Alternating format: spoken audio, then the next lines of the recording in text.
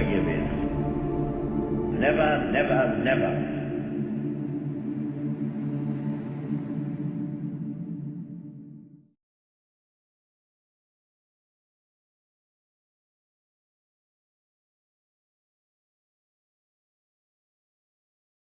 So when the war broke out, you were a farmer here? I was farming, yes, I was a part-time farmer. Well, I say part-time farmer. I was a qualified solicitor. And I was doing some work, but I had what we call the botany farm. And of course, most of the holdings were let. My father wasn't doing it. I'd got a farm. As soon as the war broke out, I was given the option of coming back, being given the farms back, possession. In other words, the tenants were going to be kicked out. The ones that they weren't very not so much. They were what I call very, very poor outfits. Mm-hmm. Because after all, we'd been through such a bad time. And they gave me possession of the hall and the two farms, the two big farms, mm-hmm. on condition I found them, mm-hmm. which I did. I was just over the immediate age group for the RAF, which I wanted to go to. I could have come into it later, mm-hmm. but for that time I got so involved in the whole time of the farm, and then in the 41. After when the British troops came out of Norway, we were then formed. Mm-hmm.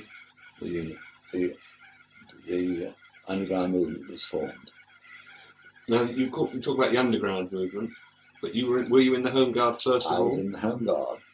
When did you join up the Home Guard? Oh, right away, as soon as we could. I was in the fire service to begin with. Yes. To help with down at Walton. And then I came into the Home Guard as a captain. And as soon as this, what I call branch of the Home Guard, Andrew Croft, Colonel Croft, was the parson's son from St. Joseph. He arrived back on a Sunday and telephoned me and said, "Will you do a job for me?" I said, "Yes." "What's involved?" He said, "Getting 6 chaps who you can trust personally, so I don't mind about their criminal records. They've got in there how to move from Harwich to Brighton in the dark." Mm-hmm. I said, "All right, I can do that." He said, "I'll be down Wednesday morning." I said, "I have 6 blokes ready." That was all the instructions he gave you? That's all the instructions he gave me. You didn't know what on earth it was about? No. And we were then issued about, I should think 200 or 300 weight of explosives. Detonators, gelignite, plastic explosive, and there an Australian sergeant was sent down to instruct us, mm-hmm. elementary. We then were given a free hand to practice and do what we liked, to get conversant with it. How long was the Australian sergeant with you? Oh, only just a day. What was he like? Charming chap. He was I think he was part Aborigine, mm-hmm. because he also then instructed us at a later date, at sundry times, how to get rid of a German sentry quietly. Mm-hmm. And how was that? Well, there were all sorts of them, not very savoury methods. But I mean, we were taught self-defence, this nighttime aggression. I mean, how to, and we were issued with all the clobber, various things, motor bicycle spokes, stockings, and all the ways of disposing of a sentry. Mm-hmm. how we had to do it. We were, our instructions were never to come on the surface or do anything overt. When did you find out? You've given these instructions over the phone to assemble these men for Wednesday morning. Mm. And then was it Colonel Croft? Yes, Colonel Croft then came down. And he explained the purpose. Explained us the purpose. Which was to be ready to disappear and be prepared to stop away for 3 weeks, if necessary.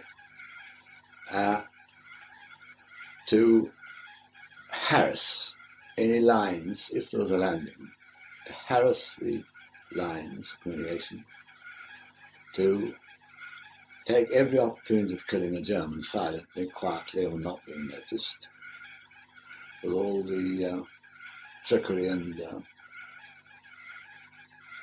to our ability. To only move at night and do like railway lines had to be burst, opened up. Anything to park the car, park the lorries. We had all the Olympic equipment through magnet equipment, moving at night with that, and never having an explosion while we're there. Everything was on a delayed basis, because we shouldn't have lasted 10 minutes otherwise. So we had to be, and of course, our women folk were put out of the way. They it was a long time before they realised we were doing anything different. I see. So you mean while you were planning all this, they didn't know what you were up to? Oh no, we were actually doing it while we were actually moving our underground shelters and things like that. They didn't know what we were up to. None of the wives. Because had they, it would have been hopeless. And there was provision for moving the wives if the red signal came. That was when they were imminent. What was the signal then? We were notified. We were notified by the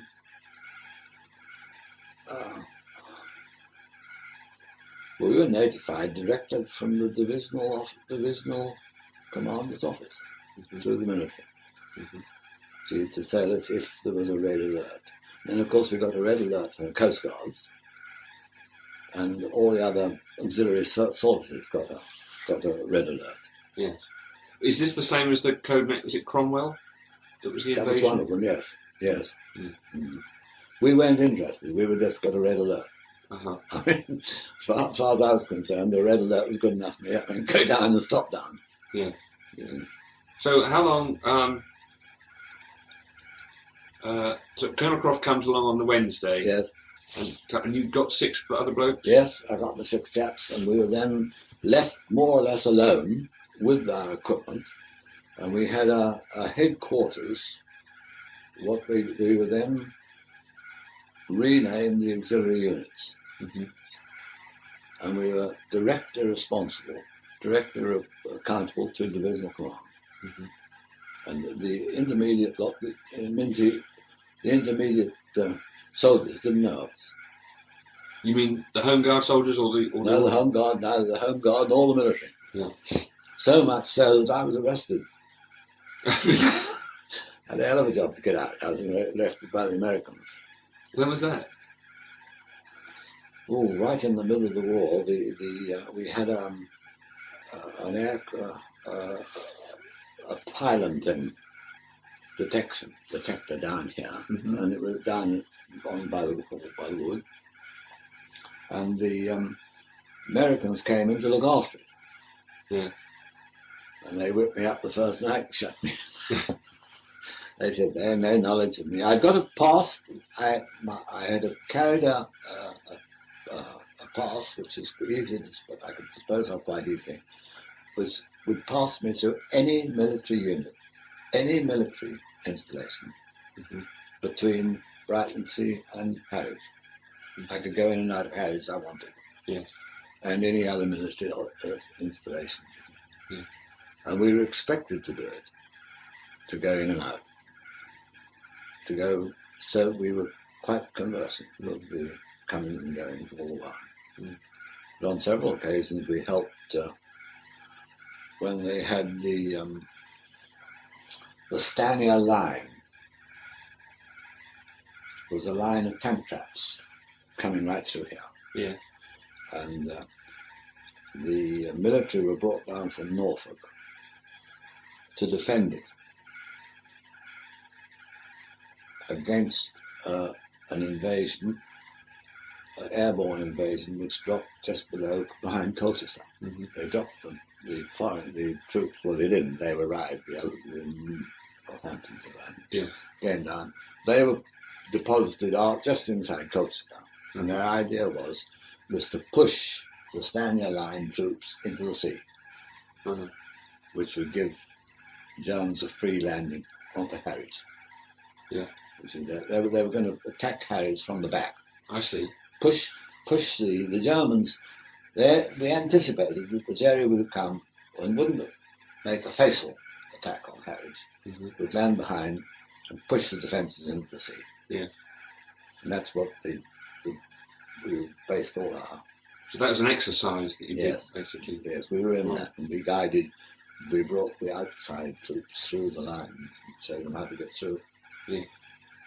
And on that occasion, we blotted our copybook. We went into the installation of the light artillery, or anti-doodlebug shooters.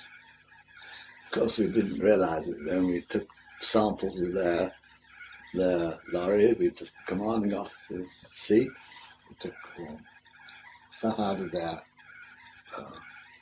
ammunition. Yeah. One thing out of 2 or 3 cases. Yeah. We were very proud of them. We went back at 6 o'clock in the morning to the commanding officer, Brigadier Money. And he said, "Look, what the hell have you got there?" He said, "You weren't supposed to touch." They went in the operation. You said they were standing on full alert. Yeah. I said, "Well, they're very good, weren't they?" Thank God nobody got shot. We had a lot of fun. So were you on alert against invasion throughout the whole war? Right up until we were sort of standing on a permanent sort of quick shift, if you know what I mean. We did our ordinary work and everything else. Right up until the immediate threat of invasion was over. They then dispensed. They didn't dispense with us. They kept us hanging on, and at that time, we more or less let people know that we were something else, and we formed the beach patrol, whereas the other chaps had to do picket duties on the beach, and they were doing it once a week or once in 10 days. We stood in and did one night pickets to save them. So we did our share of the night work. Yeah. So when you were put into the underground army, did you keep up your normal home guard activities? No, we dropped right out. Yeah. Didn't the other home guard say anything? Yes. So they just said all we told them was we got special duties, and we were given a uniform with Essex 202 on. Which the ordinary ones had the Essex soldier. We had this flash 202. Why 202? That was we were being judged. 202 or 303. 202. And that was all the way around the underground movements. They were either 202, 203. They were all dressed right through Scotland. We're all in the same strip. So there were underground movements all the way around the coast? All the way, right away around from Folkestone. Did you ever meet them? Oh yes, we used to go and meet, yes. And we used to have exercises. with them. Yes. We had one with, because actually, like Paxman's had a unit. Paxman's? Paxman's, the Boilermakers in Mhm. Colchester. They had a unit. There was next unit was Manningtree. There was one at Brightlingsea. And then they went out round Malden, all the way round. So you've got units all the way around the country, right from down to from the other side of Folkestone, right through to Scotland. Mhm. We never met them. We used to meet, at various places. We met casually. Yeah. And I said, oh, so-and-so will be there. He's one of them. And of course we used to go down to the patrol leaders and the sergeant, or the corporals we had. Were sent down on courses, demolition courses, to Coles Hill, just outside Swindon. Mm-hmm. Well, we used to go down there for a long weekend, and we would then put through how to do it. Yes. This would be blowing up railway lines. Blowing up railway lines, smashing up steam engines, getting into the place. That was the chief thing, was moving at night. And we had Gubbins, who's actually come down with us. He was the man who was decorated by 3 Nations. Who was that? Colonel Gubbins. Mm-hmm. He was a VC, and he was very, very highly awarded by the Dutch, the Belgians, I think it was, and in this country. Yes. He was absolutely incredible. What was he a specialist in kind of resistance work? Yes, underground and sort of what do they call them? The units. The units that used to be dropped in advance. Oh yeah. Of the troops. When we had an invasion or anything going on, even an airborne invasion, they used to drop these units. Mm-hmm. About 40 men in each. Yes. And he'd taken these out. This is the special operations? Yes. Oh. You met him then? Oh yes. We met him 2 or 3 times. Yes. And one of them was one of the other men was a director of Booth's Gin. And when you spoke to him, he was the most softest, gentle, gentlemanly fellow you ever wished to meet. And such a gentleman, and so tender and gentle. He went over to France 5 times that I know of, while it was occupied. And he had a kill and a bang, in other words, an explosion, on each occasion, and never even got challenged. So you think he was as hard as nuts inside then? Oh, no. I think at the last time I went, there were 22 small arms, pocket revolver type of thing. And I saw him put the whole lot on the table, and the sergeant put them down, blindfolded him. He picked the pieces up, he put them together. He then took the blindfold off, he picked it up, and he broke a bottle. And he didn't make one mistake. Every single of those small arms. Yeah. And I think there was every available, even the little tiny Italian one they had. We had to be taught how to use the lot. They used to make us, we had to pull the whole lot down. And so if we found anybody with them, we could make use of the... Yes. The whole of our armament was based on recovered stuff that other people didn't want. Yeah. Rusty, like our,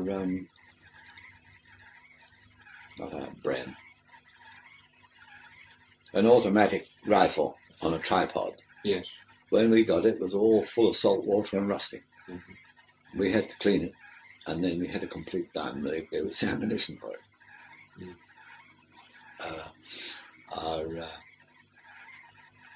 That was we were so pleased with it. Yes, it was a 300. The ordinary 303 was the rifle. Well, this was a 300 magazine caliber, and we'd got it on my front drive over at the other house on a Sunday morning, cleaning it. Perfectly harmless thing to do. We got the gun oil and we had it all to bits, and we just got it together nicely, and no air raid warning gone. And one field from the back of the house is the big wood. We got this on and said, cool, look at this airplane coming through. Lovely sort of sea blue and green. Beautiful morning, lovely summer day, beautiful hot sun. This thing came right through, just skimming the top of the trees. I remember old George Wallace speaking. I said, "Go look out!" I said, "This is a jelly. Go look at this." You could see right into cockpit. The bloody great swastika on it. It was one of these low. One used to come in low under the defence system, and he was. Well, he was within shot of a 12 bore. Yeah. So you could have had him. Oh no, of course we could have. But I mean. It was, you could just look right into it. You used to look down at us and say, look at those silly buggers. Yeah. Because they used to come sneaking in under the defences. Yeah. And this one, he said, look at this guy. Cool, look down there. Just look at this. Cool, blimey. And it came through, of course, it looked strange, and we looked up there, and there was this swastika on this. And of course, the air raid warning went almost at once. Yeah. Well, it was so cool, yeah. So you also had all this explosive. Yes. Was that the main stuff you were actually issued with? Yes. You said you picked up your own. You had to pick up your own guns and find your own guns and recover them. Yes, you got it, but all the explosive we were issued with. Yeah. I should think I had. Well, I can tell you roughly what I had. In the dump up there, I had 4 10-gallon milk churns full of explosive because they went rotten, and after the time ran out, and when we went to look, the sticky bombs, the nitroglycerine and the sticky bombs had run through the hand hinges. Really? Yeah. And you'd only got to go like that to one, you see, and they've opened it. They would have blown. Really? Yeah. Because the slightest friction on the nitroglycerine will send it. Well, we had to leave it. I'd get the army to come in and move it for us. Yeah. They cleaned the whole row of houses out and put them back. Yeah. And that was a place where people used to go pigeon shooting, or if you went courting, you had to always go. And it's like a beautiful spot. Just in the corner of Hawkwood. And then we had another big one down in the Hallwood where we had our actual, what we call our OB, our operational base. Mm-hmm. That signs of that was still there. Well, that was big enough for 6 of us to sleep. Mm-hmm. And we could have gone down there for several days if we wanted us to. So how deep was it underground? It was about the bottom of the gravel pit. We were just above the water level, and then we had a great big heap on top. Mm-hmm. How we did it, the military were doing the fences, and we got friendly with the driver of the Ruston Bucyrus. The what? Ruston Bucyrus. What's that? That's a huge 1-ton digger. Oh, I see. With a dragline. Yeah. We got friendly with him. We always used to help him out and give him his tea and so forth. And then I found he reacted very well to a pair of rabbits. With the result, one weekend he left his keys. Well, that's when we built our dugout. Because 2 of us were quite capable of driving diggers. We had this thing out. Just prayed it wasn't going to break or do something while we were headed out. We took it down into the place and we dug the pit out. One weekend, then we concreted the inside. Oh, you concreted it inside? Yes, yeah. we had elephant iron. Sorry? Elephant iron. What's That's that? this very heavy gauge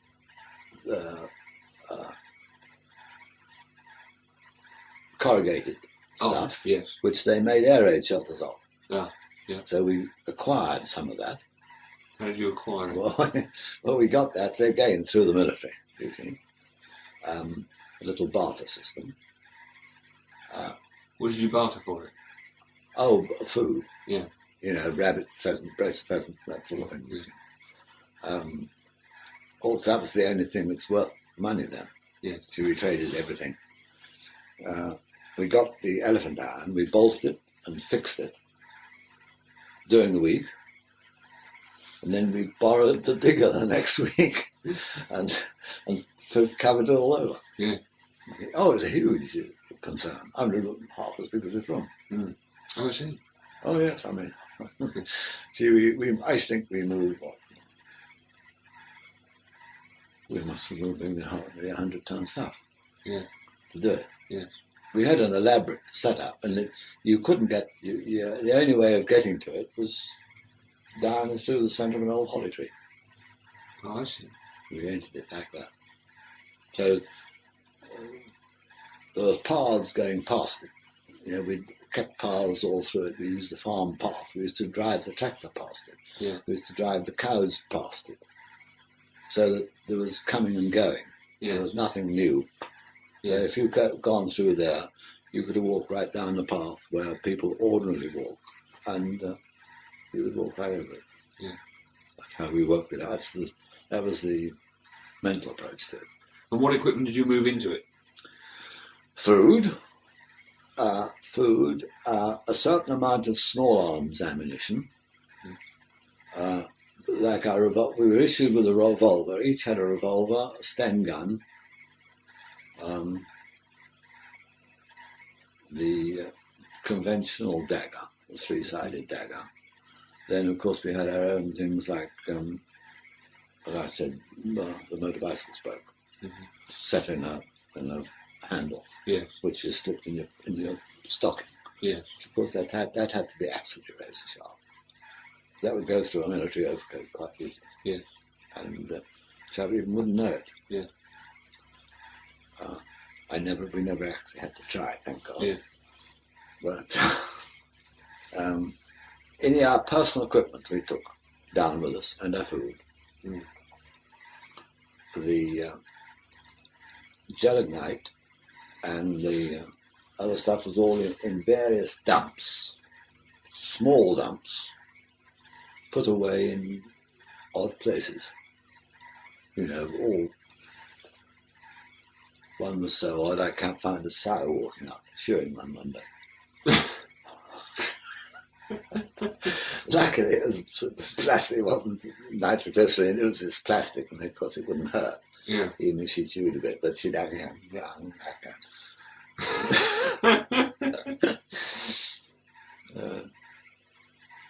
But we were pretty handy at if you wanted a rail cut or a lock blow. We could do little bits. We got fairly handy with that job. And of course, we got very conversant.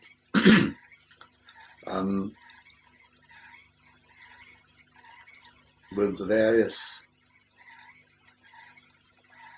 like for instance, we had a tremendous raid of anti-personnel bombs. Anti-personnel bombs and incendiaries. One night, 14th of February, I've forgotten what year it was, went on all night. And the clocks were very nice that you took out of the incendiaries.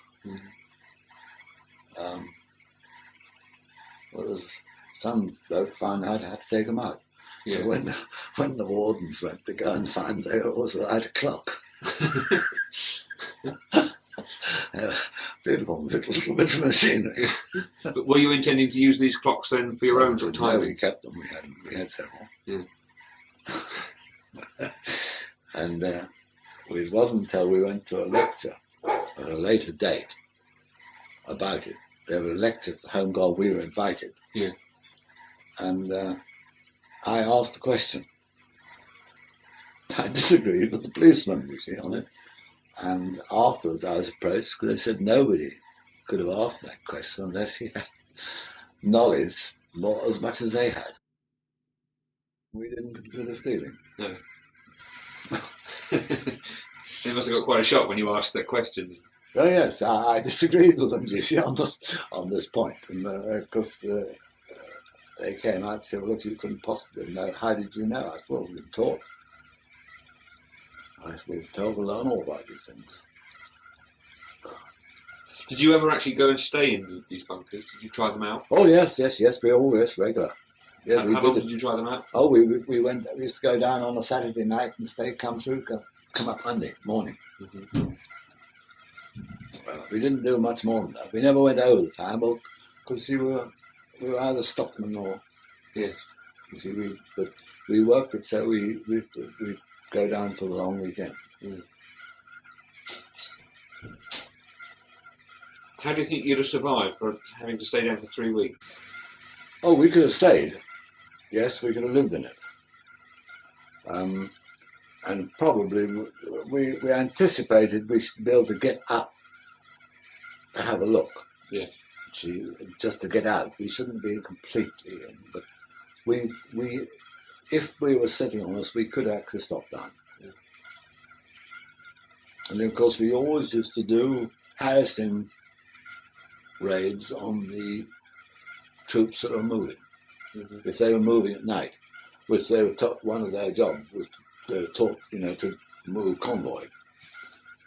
The local division commander used to ask us to test their defences. Yes. Which is very amusing. Something like this, how you enjoy that. Really? What did you get up to? Well, one of our best ones, we took the adjutant's map. Yeah. And it showed all the details of Felixstowe seaplane base. Yeah. And we took it, we went up by car and dropped it on for him. So we thought he dropped it.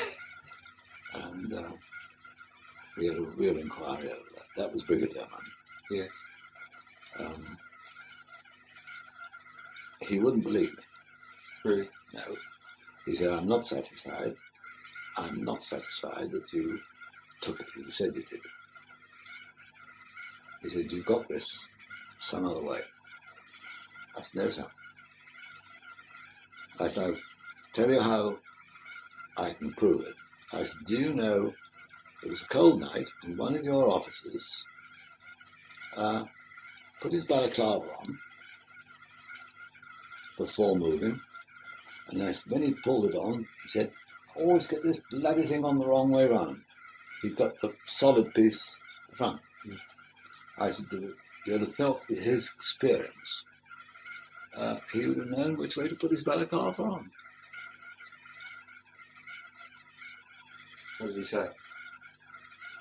He said, where the hell were you then? Well, I said, if you only knew it, you were very nearly treading on my fingers.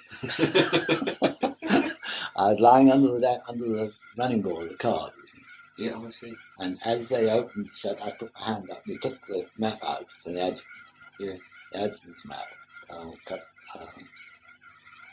Captain Clark. And he passed the balaclava and the things to Brigadier Money, who put his things on and got in. Well, when he got in, he very nearly tried on my fingers. Yeah. We were lying like this. But we did it. We never got picked up. Yes, I want to say you must have been quite some danger doing that because yes, it's automatically been assumed if someone had seen you. Oh yes, we used to be in a row. We used to be in a cop. We used to be caught. We used to be challenged at once. Yeah. Mm. So there's a good chance that they might think you were Germans, wouldn't they? Yes, but they wouldn't shoot. No. You see, they wouldn't shoot on this land unless they would be challenged. Yeah. Like the Yanks, they did. They had no bloody rock. They had the half-inch cannons. Well, they shoot first and ask Oh questions yes, later. they were no fun at all. I mean, they were arrested there, and they was nosing me round with this, half-inch cannon on full cock. Really? Mm. Could play them up. They paid for that. What did you do? On Sunday morning, when the time had got, when the urgency was over, they were still there. We got Sunday morning, they were not very good at getting up. So we put down about half a dozen holes, little round holes, with about half a pound stick of gelatinite in each. Then we joined them up with a time switch on Cortex. So they went off bang, bang, bang, bang, 6, all light up. And of course they left these round holes. Well, these blokes, they fell out of their tents, they dived into their trench, which had got broken glass, because they chucked all those broken bottles in there. They cut feet and cut. No. They drove holes across the field. Mind you, I had a what I call a hairy old lock, my unit where, and we were all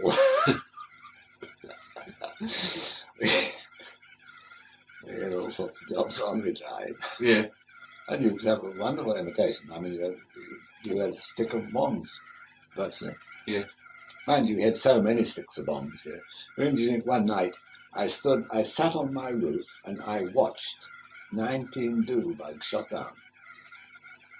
19 doodlebugs? Doodlebugs shot down.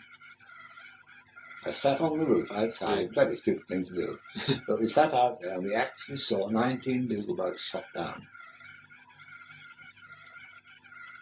Okay. They used to come through there and you'd see this. Hold your head and see the sparks come out of his backside. I just hope it's going to continue long enough to go past you. How many got through out of the... Oh, I don't know. Some goats used to get through every night. Yeah. But of course the worst ones were the wounded ones. Ones that came down and started to go around like that and you didn't know how far they were going to go. Yeah. But, of course they had the battery, Sir John Carew Pole came up from the Folkestone area, and he was one of the finest pheasant shots in southern England. Yeah. And he was in charge of that battery. Yeah. And he was absolutely first class. He used to come and shoot with me. After he came up and shot to us, and I shot them down other farmers. Sir John Carew Pole, he was a very nice chap. But of course we had, there was a lot of, I won't say dishonesty, and we used to acquire a lot of things to our own benefit. Yeah. There are two ways about that. Nothing serious, I mean, mostly in food things, mostly. That was your biggest trading factor. Yeah. Was there no check on you from the military? I mean, No, and no check on me whatever. They didn't even know, even when they came to collect us, they had to ask us what we'd got, even down to our 2 gallons of rum, which we issued. Mm-hmm. 2 gallons of rum? 2 gallons, we had 2 gallons of rum. How long would that last? Well, we always kept one. We always had one to hand in when necessary. But we did handle one over the period. You see that? We were told to look after ourselves. Yeah. Because we were not responsible to anything above us. Mm. They issued the stuff, we were given the stuff. Had we got enough?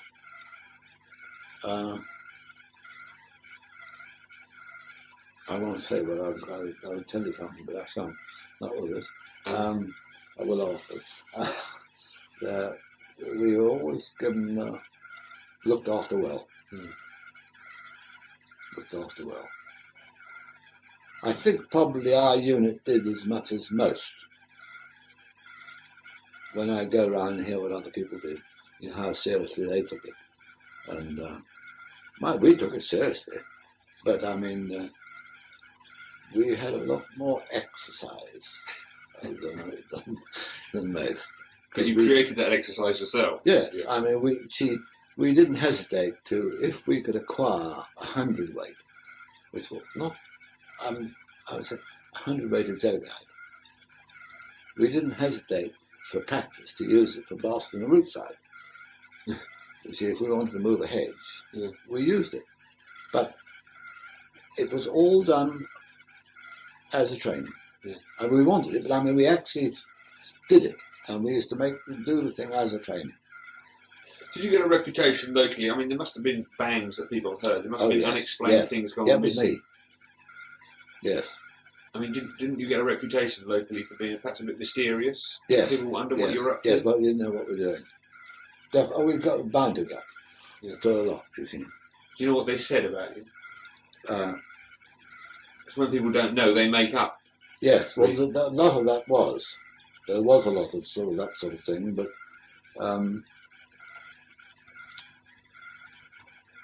I don't think we had anything sort of. There was some talk about people who spy business. Yeah. You know, we rather played that on, that we were anti-spy. Part of that. We didn't mind that, but that was the biggest talk. Yes.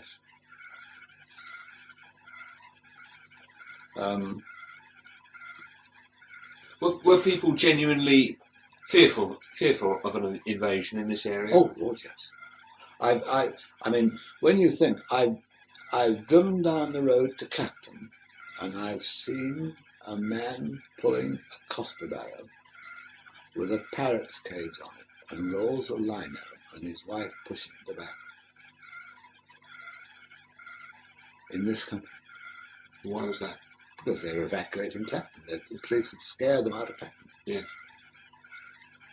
It was absolutely pathetic. I mean, you can't realise it, can you, that happened in this country? No. When you see these pictures of these people going along the road, old men pulling a barrow, pulling a empty donkey cart, with a parrot's cage. Now I can see it as clear as yesterday. There's a parrot's cage and these rolls of old lino, all lined up on the side. Then there are buckets and various things. But there's the parrot's cage and the rolled up lino, and the old man pulling it, and the old girl pushing behind. That impressed me. And I've said several times since, I thought, a lot of people don't realise that was in this country, between here and Clacton. I can see it clear as yesterday. And of course, the terribly pathetic something was the evacuees we had. And, it's a bit strange, isn't it? Bringing evacuees to this area. yes.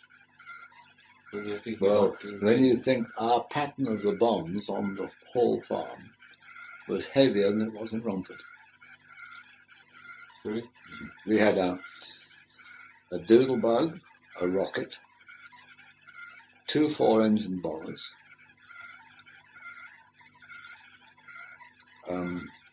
over 40 anti-personnel bombs one night. I had 2 landmines and 6 high explosives, all on that farm. And then we had the Canadian plane down. Came on fire and came on. It all burnt. Yeah. After what, for a week, my retriever brought an arm or a hand and a identity thing off. Yeah. The Brussels sprouts were all with it. sprouts, Brussels sprouts, all the leaves had blown off. And we went to, that's all, they'd been doing things children do on wool, but all human gut, all up on the spice. Yeah. So we had 2 landmines down there, down at the east side of the farmhouse, and then another landmine up down. Did it ever worry you, thought that if the invasion did come, and if you did have to go down your bunker, then you'd have to start doing some of these things for real, and that... Oh, definitely, yes.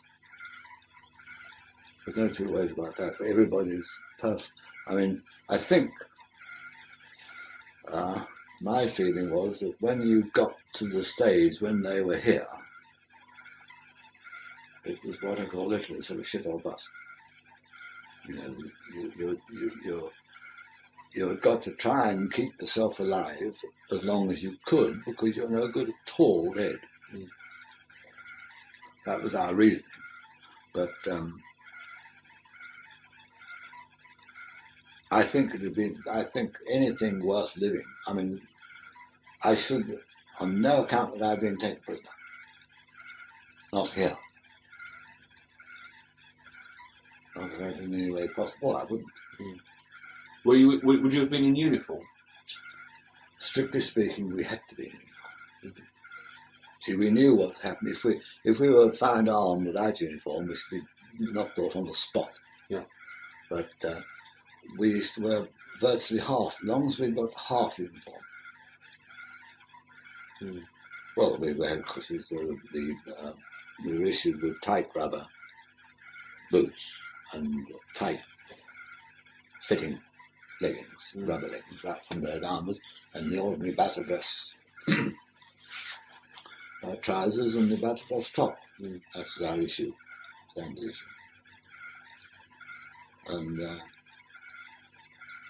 I think we all realised that if we had to come out, if the Germans were here, we should stand very little chance.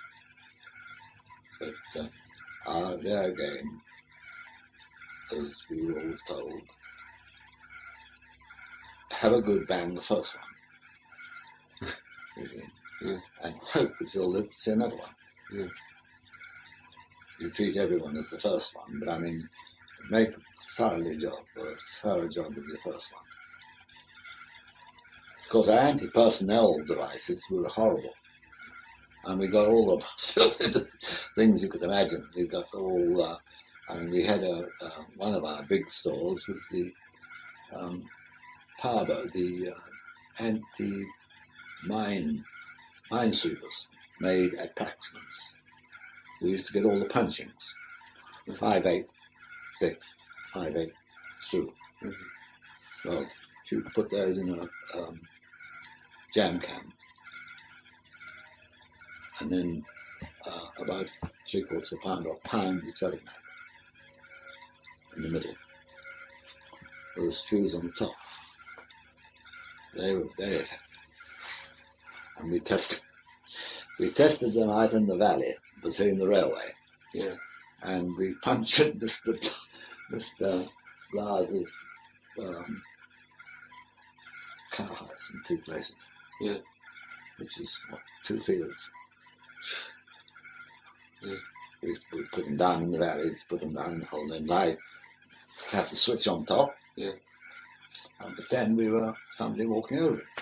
We had this thing we pulled across, which was like a soldiers walking through it. Yeah. And they exploded it. Well, it absolutely cleared the area. Yeah. And I don't know how many you have. You see a jar about so big. Yeah. And you put your punchings all in it. Then put your sticks of plastic. And you'll detonate it down the middle with a fuse, explosive fuse. Mm-hmm. Then fill it right up. So you've got about so much chickens all the way around. Mm-hmm. You can imagine what that did. Mm. It was absolutely devastating. So was that set off by remote control or somebody actually stepping on it? Well, we had it either a remote control or a time or somebody stepping on it. Yeah. So if we had a place where people troops were likely to move, and you knew they were in the habit of moving now, you could put this up and leave it. Mm. On the other hand, you could be, if they're moving at night, then the opposite thing to do was to have somebody lying out, and you would just remote control it. Yeah. We had the remote control facilities. Mm. We had the time switches. We had the limpet thing. I still use the magnets in my workshop. Yeah. We did the old-fashioned old sticky bomb, which was a horrible thing. That was nitroglycerin. It was the most dangerous thing. Well, I say most dangerous. There's to break off before the thing got down. That's all. The handle would go and just you'd get a little, a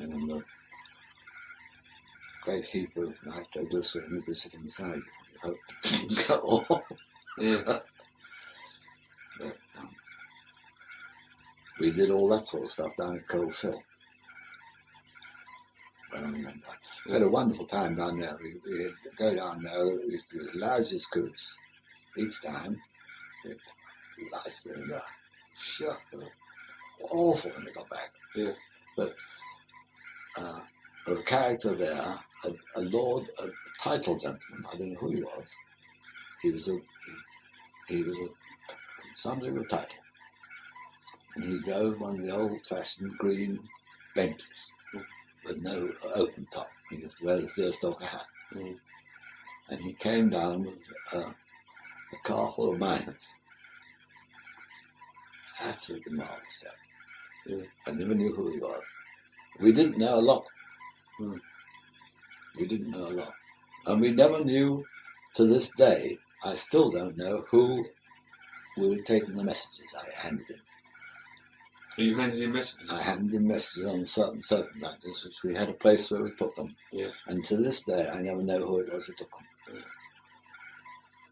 We used to communicate, yeah. And we had messages going in and coming out. Where did you leave the messages? At just near Freighting Church. I never to this day know who put it. Who was my contact? What was the actual receptacle that you put it in then? In a pipe. Yeah. In a pipe. In an earthenware pipe. Lamp, right? Which we had bungs at the end. Yeah. Earth bungs.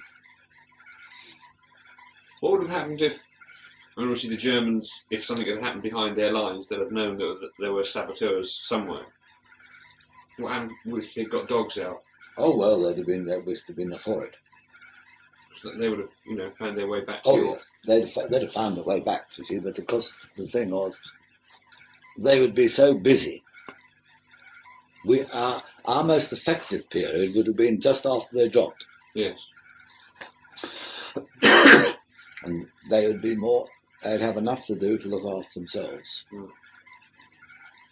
Once they'd established themselves, if they established themselves more than a matter of 3 or 4 days, there would be no point in us at all. Yeah. Although we could have stopped down.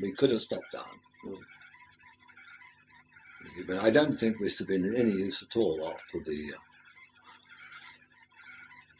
if we didn't get them if we couldn't get rid of them in the first 3 or 4 days, then I don't think it's ever done. Mm. But, how do you feel about it, looking back on it?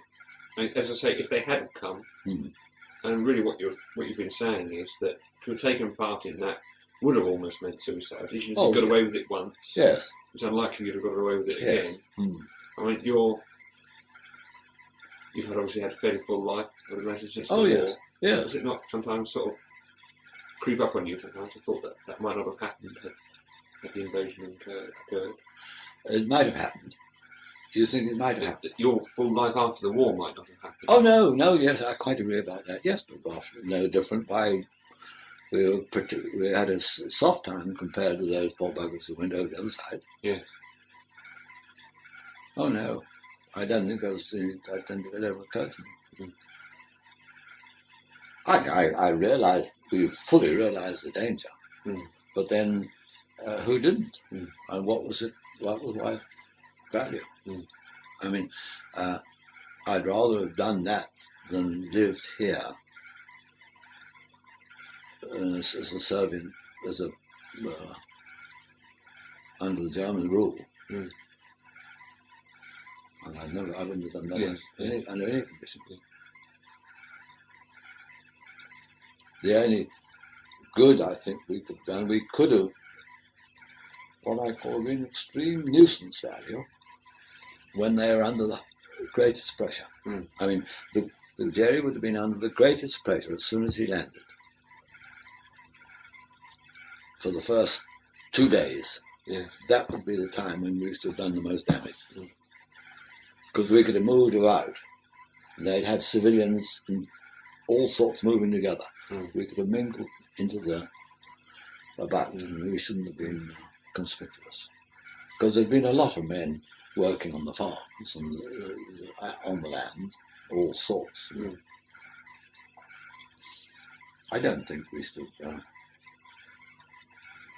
I think if we could have had one good explosion and had one good bang, what I call each, we should have done our job. Because we should have put it in a vital spot, you know what I mean? We should have put it into a place.